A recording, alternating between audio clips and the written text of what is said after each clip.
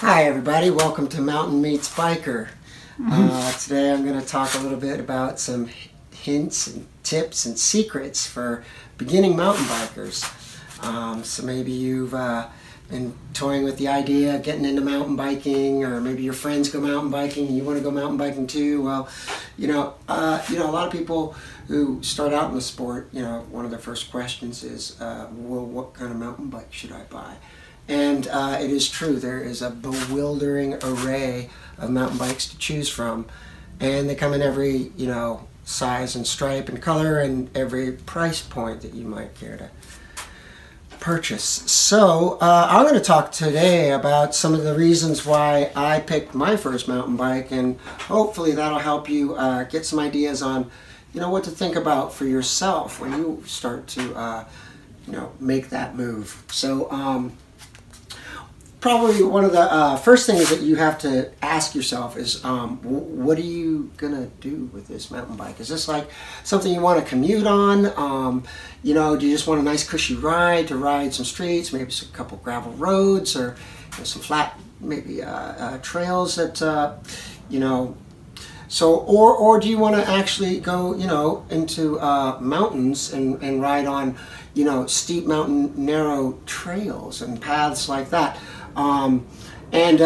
You may even have seen some of those guys on TV, and they're going down the big mountains, and they're taking the ski lifts up and the chair lifts up or whatnot, and so again, maybe that's the kind of mountain biking that you want to do. Well, I'm here to say that as a beginner, no matter what kind of mountain bike you want to do, it almost doesn't matter what kind of mountain bike you buy. These days, mountain bikes are so good that you can do anything you want on nearly any mountain bike. Now, I'm going to stop right here to say that you can buy really cheap mountain bikes that look really nice, and they're shiny and pretty and come in all sorts of cool colors, and you'll see them at your big box stores like Walmart or maybe Costco or other places like that. And I'm going to tell you right now, those bikes are probably not the best choice if you want to do anything more than ride flat, level, smooth, paved streets and that type of riding. So if that's the kind of riding you're going to do, then that bike will work. So now the second thing I'll say is, even if that's the kind of riding you want to do and you want to go cheap and get one of those cheap bikes, and they are cheap, and they are brand new, but I would absolutely have to recommend taking it to a local bike shop and actually having somebody that works on bikes for a living, as opposed to a Walmart technician, go over that bike and really check it for safety and make sure it's assembled properly, make sure it's all tightened down correctly, and that everything is safe and good to go. There's plenty of horror stories about how these bikes are poorly assembled and incorrectly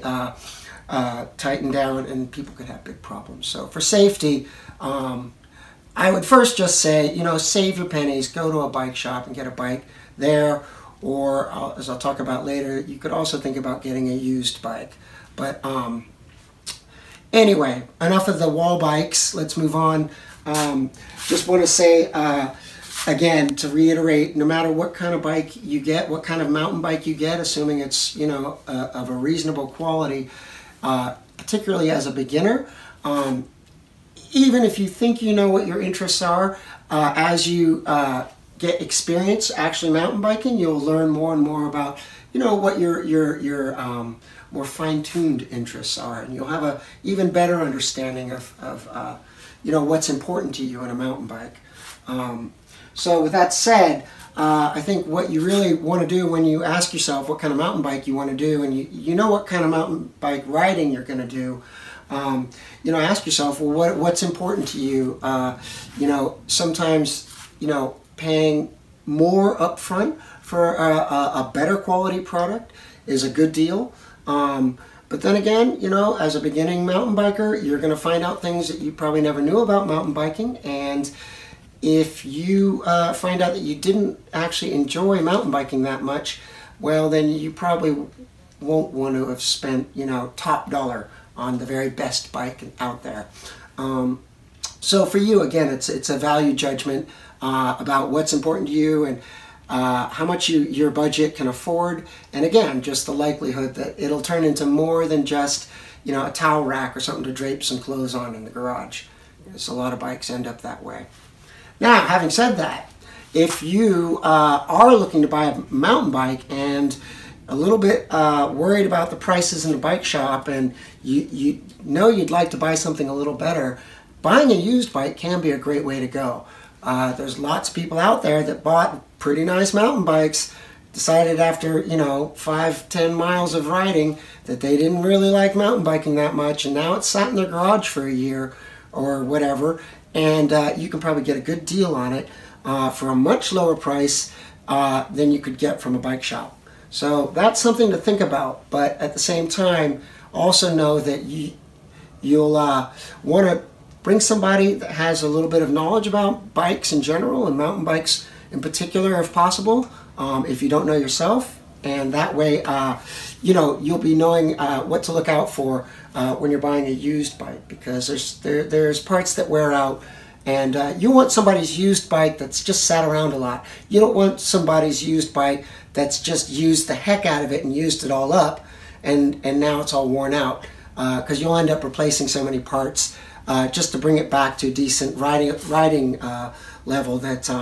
you know, you won't have saved very much money, and you'll end up with a used bike. So